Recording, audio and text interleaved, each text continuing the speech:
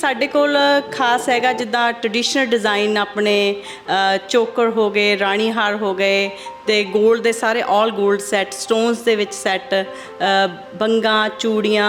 ਜੇ ਤੁਸੀਂ ਕੋਈ ਕਸਟਮ ਮੇਡ ਜੂਲਰੀ ਬਣਾਉਣੀ ਆ ਉਹ ਵੀ ਆਪਣੇ ਕੋਲ ਹੈਗੀ ਆ, ਅਵੇਲੇਬਲ ਅਸੀਂ ਬਣਾ ਕੇ ਦਿੰਦੇ ਆ। ਸੋ ਮੁੰਡਿਆਂ ਵਾਸਤੇ ਸਪੈਸ਼ਲੀ ਜਿੱਦਾਂ ਮੁੰਡੇ ਕੜਾ ਬਣਾਉਂਦੇ ਆ, ਨਾਮ ਲਿਖਾਉਂਦੇ ਆ, ਪੈਂਡੈਂਟ ਖੰਡਾ ਵਗੈਰਾ ਬਣਾਉਂਦੇ ਆ, ਉਹ ਸਾਰਾ ਕੁਝ ਅਸੀਂ ਇੱਥੇ ਆਪਣੀ ਕਸਟਮ ਮੇਡ ਜੁਐਲਰੀ ਸਾਰੀ ਅਸੀਂ ਬਣਾਉਂਦੇ ਹੈਗੇ ਆ। ਸਮ ਟਾਈਮ ਤੇ ਇਹ ਹੁੰਦਾ ਕਿ ਕਸਟਮਰ ਹੁੰਦੇ ਆਉਂਦੇ ਆ, ਮੁੰਡਿਆਂ ਨਹੀਂ ਜੇ ਸਾਨੂੰ ਸ਼ਾਮ ਨੂੰ ਚਾਹੀਦਾ ਭਾਜੀ ਸ਼ਾਮ ਤੱਕ ਬਣਾ ਦੋਗੇ, ਹਾਂਜੀ ਜੀ ਬਣ ਜਾਏਗਾ। ਅੱਛਾ ਜੀ, ਹਾਂਜੀ ਹਾਂਜੀ। ਤੇ ਰਿਪੇਅਰਿੰਗ ਜਾਂ ਮੁਰੰਮਤ ਵੱਲੋਂ ਵੀ ਤੁਸੀਂ ਦੱਸਿਆ ਸੀ? ਹਾਂਜੀ ਅਸੀਂ ਰਿਪੇਅਰਿੰਗ ਕਰਦੇ ਆ।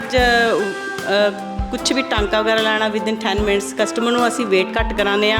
ਛੱਡ ਕੇ ਜਾਣ ਦੀ ਚੀਜ਼ ਦੀ ਬਹੁਤ ਘੱਟ ਲੋੜ ਪੈਂਦੀ ਕਿ ਤੁਸੀਂ ਛੱਡ ਕੇ ਚਲੇ ਜਾਓ। ਅਸੀਂ ਕਹਿੰਦੇ ਓਕੇ ਜੀ 10 ਮਿੰਟ ਬੈਠੋ, ਤੁਸੀਂ ਰਾਊਂਡ ਲਾਓ, ਅਸੀਂ ਹੁਣੀ ਕਰ ਦਿੰਦੇ ਆ।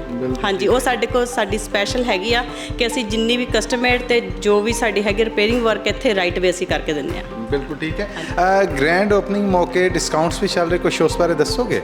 ਹਾਂਜੀ, ਆਪਣਾ ਜੋ ਵੀ ਹੈਗੀ 22 ਕੈਰਟ ਜੁਐਲਰੀ ਆ ਉਹਦੇ ਉੱਤੇ ਆਪਾਂ ਸਾਰਿਆਂ ਨੂੰ 20% ਆਫ ਲਾਇਆ ਹੋਇਆ। ਸੋ ਪਲੱਸ ਸਾਡੇ ਕੋਲ $100, $50 $25 ਕੂਪਨਸ ਹੈਗੇ ਆ। ਜੋ ਵੀ ਟੈਗ ਪ੍ਰਾਈਸ ਹੋਏਗਾ ਉੱਤੇ $100, $50, $25 ਇਟ ਡਿਪੈਂਡਸ। ਸੋ ਉਹਦੇ ਹਿਸਾਬ ਨਾਲ ਅਸੀਂ ਆਫ ਕਰਦੇ ਹੈਗੇ। ਸੋ ਬਾਕੀ ਸਾਡੇ ਕੋਲ ਘੜੀਆਂ ਹੈਗੀਆਂ, ਰਾਡੋ ਦੀਆਂ ਘੜੀਆਂ, ਸਿਟੀਜ਼ਨ, ਸੀਕੋ। ਸੋ ਇਹਦੇ 'ਤੇ ਆਪਾਂ 35% ਆਫ ਲਾਇਆ। ਔਰ ਸਾਡੀ ਡਾਇਮੰਡ ਜੁਐਲਰੀ ਜਿਹੜੀ ਉਹਦੇ 'ਤੇ ਆਪਾਂ 35% ਆਫ ਲਾਇਆ ਹੋਇਆ।